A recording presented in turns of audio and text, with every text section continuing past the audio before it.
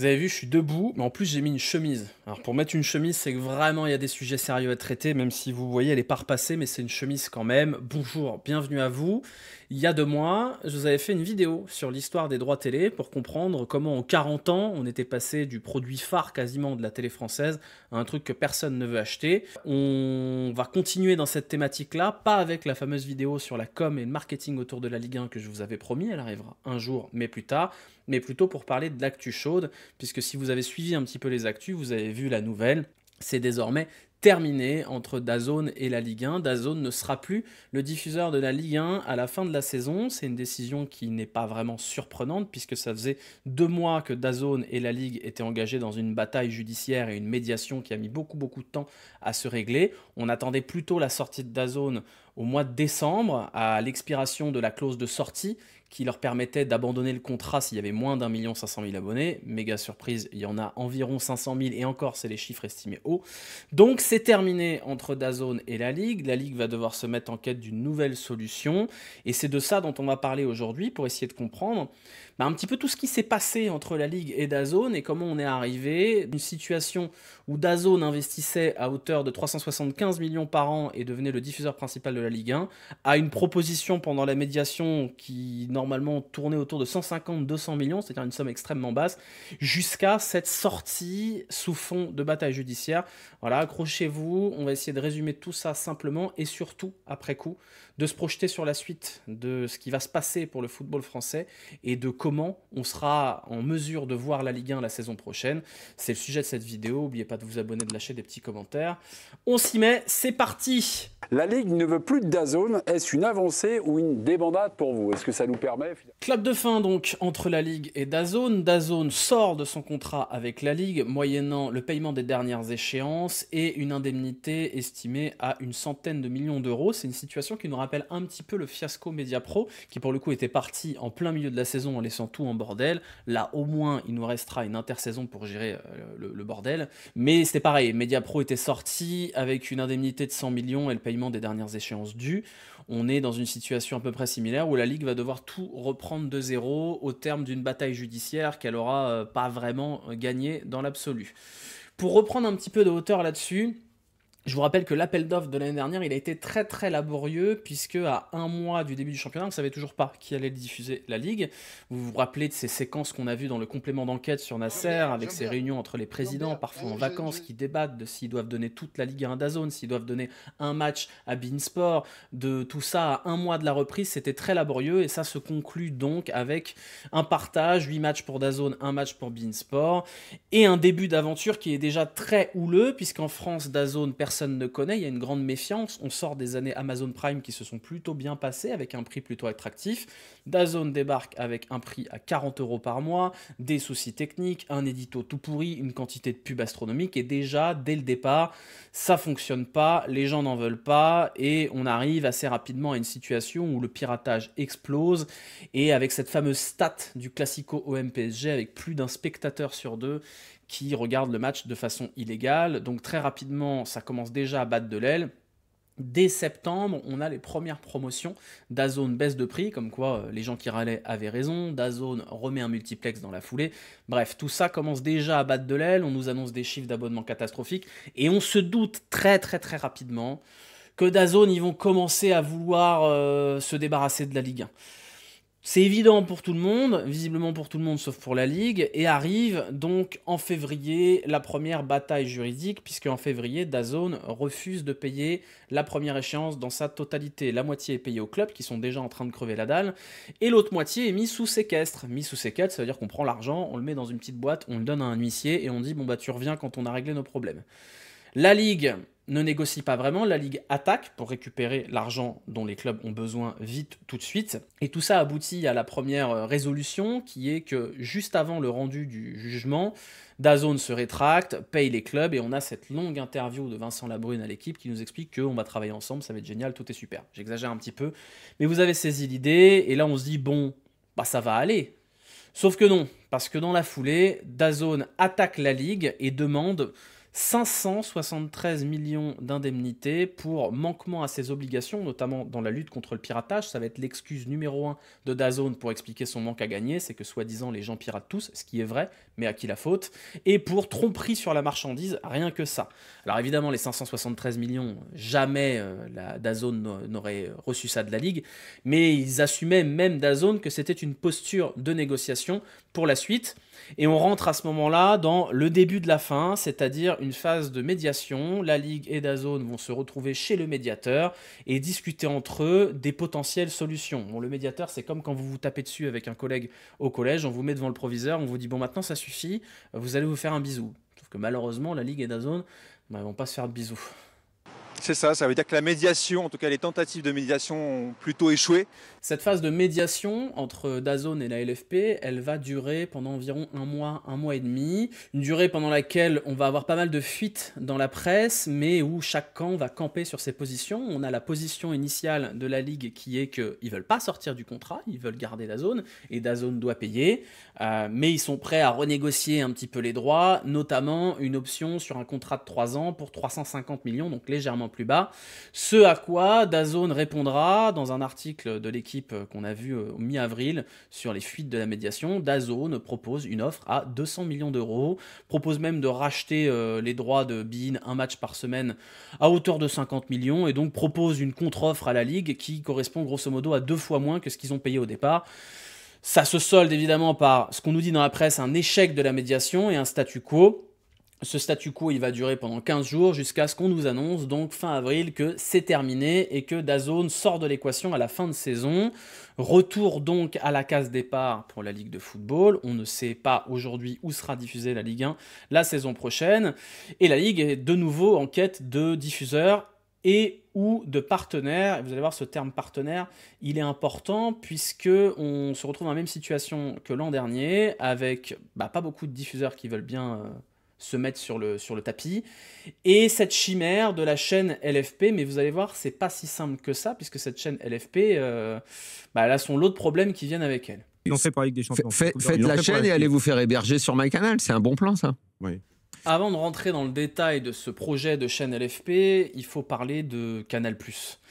Pourquoi on va parler de Canal+, puisque lors du dernier appel d'offres, Canal+ avait très clairement dit qu'ils n'iraient plus sur la Ligue 1. Rappelez-vous, il y a même ce trailer pendant les 40 ans de Canal+, où il disait il n'y a pas que la Ligue 1, Canal+ s'est diversifié, et Canal+ a bien enfoncé sa position que on n'y touchera plus. Notamment la faute à Vincent Labrune et à tout ce qui en a découlé après le fiasco Mediapro. Si ça vous intéresse, je vous renvoie à la vidéo précédente qui détaille bien le fiasco Mediapro et comment la Ligue a perdu Canal+ dans l'équation. La Ligue, pour essayer potentiellement de récupérer Canal+, a mis à la tête de sa filiale commerciale Nicolas Taverneau, ancien dirigeant de M6, ancien dirigeant des Girondins de Bordeaux, donc un homme de médias, un homme de football, pour essayer d'aplanir les relations et probablement pour essayer d'écarter de l'équation l'homme qui pose problème à Canal+, Vincent Labrune, parce qu'on sait bien que c'est le problème pour Canal+, c'est Vincent Labrune et c'est sa gestion du post-Mediapro. Nicolas Taverneau, on a bien vu que Maxime Saada, qui est plus ou moins le décisionnaire sur ces sujets-là du côté de Canal+, l'aime bien, c'est un proche de Nicolas Taverneau, et peut-être que ça peut participer à aplanir les relations avec la Ligue. Est-ce que ça suffira, ou est-ce qu'il faudra aussi jeter Vincent Labrune par la fenêtre? On verra. En attendant, ce qu'il faut bien comprendre, c'est que qu'il y ait une chaîne LFP ou que Canal+ se remette sur les droits, de toute façon, on ne peut pas se passer de Canal+, puisque si jamais la Ligue monte sa chaîne, ce qui nous semble être le scénario le plus probable aujourd'hui, c'est ce qu'on nous explique dans la presse, notamment du côté de l'équipe, si la Ligue monte sa chaîne, elle aura besoin de distributeurs de sa chaîne. Aujourd'hui, Canal+, c'est le distributeur de plateforme le plus puissant en France. Si vous avez une chaîne et qu'elle n'est pas diffusée sur MyCanal, c'est difficile de faire quoi que ce soit. Donc, il va falloir de toute façon que Canal+ se remette à la table. On nous a parlé de potentiellement des offres au rabais, de montants aux alentours de 300 millions. Aujourd'hui, Canal+ n'a pas foncièrement besoin de la Ligue 1 dans son offre, et surtout, Canal+ n'a aucun intérêt à prendre le risque de payer les droits quand il peut se contenter de diffuser la chaîne de la Ligue comme il le fait avec beIN Sport. Donc on peut quand même imaginer que ce projet de chaîne de la Ligue, il est crédible à partir du moment où les relations avec Canal+ sont réchauffées. Mais quoi qu'il arrive, que ce soit Canal qui rachète les droits ou que ce soit la Ligue qui monte sa chaîne, ça aura des conséquences à court terme absolument catastrophiques sur le football français. Vous avez peut-être vu récemment l'information qui est tombée, comme quoi le patron de la DNCG demandait aux clubs français de ne pas inclure les droits télé dans leur budget prévisionnel. Je ne sais pas si vous vous rendez compte de la dinguerie. La plupart des clubs français dépendent à plus de 50% des montants des droits télé pour faire leur budget, pour survivre. Donc si vous demandez aux clubs français d'aller passer la DNCG sans les montants des droits télé, on va au-devant d'interdiction de recrutement pour la moitié des clubs du championnat, parce que si vous enlevez ceux pour qui les pertes ne sont pas un problème, parce qu'ils ont fonds illimités, ou en tout cas ils ont des gens très riches à leur tête, c'est-à-dire l'OM, le PSG, Rennes, bah le reste, ça va être vraiment la catastrophada. Donc soit vous avez Canal+ qui vient mettre au pot pour racheter les droits, et ce sera très loin des 600 millions espérés l'an dernier, même si c'était 800 millions, rappelez-vous, hein, ça paraît loin quand même. Soit la Ligue va monter sa chaîne, et les revenus, ils viendront pas tout de suite. Alors la Ligue a un fonds de réserve, hein, puisqu'ils ont touché 1,5 milliard de CVC, et ils ont fait plein de trucs avec, mais peut-être qu'à un moment donné, il va falloir y aller encore plus fort pour monter ce fameux projet. Mais quoi qu'il arrive, les revenus, ils seront soit très inférieurs, soit ils vont pas arriver tout de suite. Donc on va au-devant de conséquences terribles pour le football français, avec potentiellement des faillites de clubs à très court terme, et de manière générale, un modèle économique qui va s'écrouler. Maintenant, cette catastrophe à court terme, elle peut aussi aider à construire le championnat sur le long terme. Qu'est-ce que j'entends par là? Ça fait globalement 25 ans que le football français vit sur des droits télé qui sont très largement surévalués, parce que Canal+ a décidé à un moment donné de les surévaluer. La concurrence, elle a été globalement très faible, avec très peu d'acteurs, mais Canal+ a beaucoup mis au pot depuis le début de la Ligue 1, parce que c'était son bébé, et encore une fois, je vous renvoie à la vidéo précédente. Mais la vérité, c'est que la Ligue 1, elle a jamais valu 1 milliard, et elle a même probablement jamais vraiment valu 600 ou 500 millions. Il y a des autres championnats qui sont probablement plus proches de la Ligue 1 que la Première Ligue ou la Serie A, qui survivent avec des montants de droits télé qui sont inférieurs. Le Portugal, les Pays-Bas, la Belgique. Alors le Portugal n'est pas un exemple par sa restructuration, mais peut-être que ça va permettre à la Ligue 1 de se réinventer un peu économiquement et de vivre à un niveau qui est le niveau réel de la Ligue 1. C'est-à-dire baisser les salaires, probablement être moins compétitif en Europe, mais se restructurer pour pouvoir mieux se construire sur le long terme. Ça passera probablement par une prise de conscience économique de la plupart des acteurs du championnat, mais aussi par une mise en valeur meilleure du produit. Cette chaîne de la LFP, c'est potentiellement une révolution dans l'utilisation des droits. Comme je vous ai dit, ça fait 25 ans que le football est caché derrière des chaînes payantes, et que l'utilisation des images de la télé et la propriété des diffuseurs, qui généralement voulaient les planquer. Donc ça fait des années, des dizaines d'années, que la Ligue 1 n'est pas visible sur les réseaux sociaux, n'est pas visible au travers des créateurs de contenu, et même sur la plupart des médias, puisque les diffuseurs empêchent, et les clubs ne font rien contre, empêchent la diffusion par exemple des buts sur les réseaux sociaux. DAZN a un petit peu avancé cette année sur ce sujet-là, mais très timidement, et en gros, si vous voulez voir la Ligue 1, vous la voyez le lundi à minuit, quand toute la hype est tombée. Le fait que les droits soient désormais potentiellement la propriété de la Ligue, et l'utilisation des droits soit la propriété de la Ligue, c'est une porte immense qui s'ouvre pour rendre la Ligue 1 visible, comme par exemple l'a été la F1, la NBA, pour se moderniser, pour rendre le championnat cool et visible. Aujourd'hui, vous avez de moins en moins de gens qui regardent la Ligue 1 parce que la Ligue 1 est inaccessible, mais vous avez toujours des passionnés, vous avez toujours des gens locaux qui sont passionnés, vous avez des créateurs de contenu qui sont passionnés, vous avez des médias numériques qui sont passionnés par la Ligue 1. C'est peut-être l'occasion, cette crise, de reconstruire un produit attractif, et surtout de traiter la Ligue 1 à travers le prisme du produit. Vendre les belles histoires de la Ligue 1, vendre un championnat qui ne repose pas uniquement sur les épaules du Paris Saint-Germain. Et on voit aujourd'hui que c'est le problème. On a vendu Messi, Neymar, Mbappé pendant des années pour se retrouver avec un championnat qui ne vaut plus grand-chose maintenant que le PSG n'a plus de stars. Paradoxalement, c'est probablement un des meilleurs PSG des 10 dernières années. Donc voilà, la conclusion de tout ça, c'est qu'on va au-devant, à court terme, d'une vraie catastrophe, mais peut-être qu'à long terme, on pourra reconstruire la Ligue 1 et lui donner la visibilité et le succès qu'elle mérite.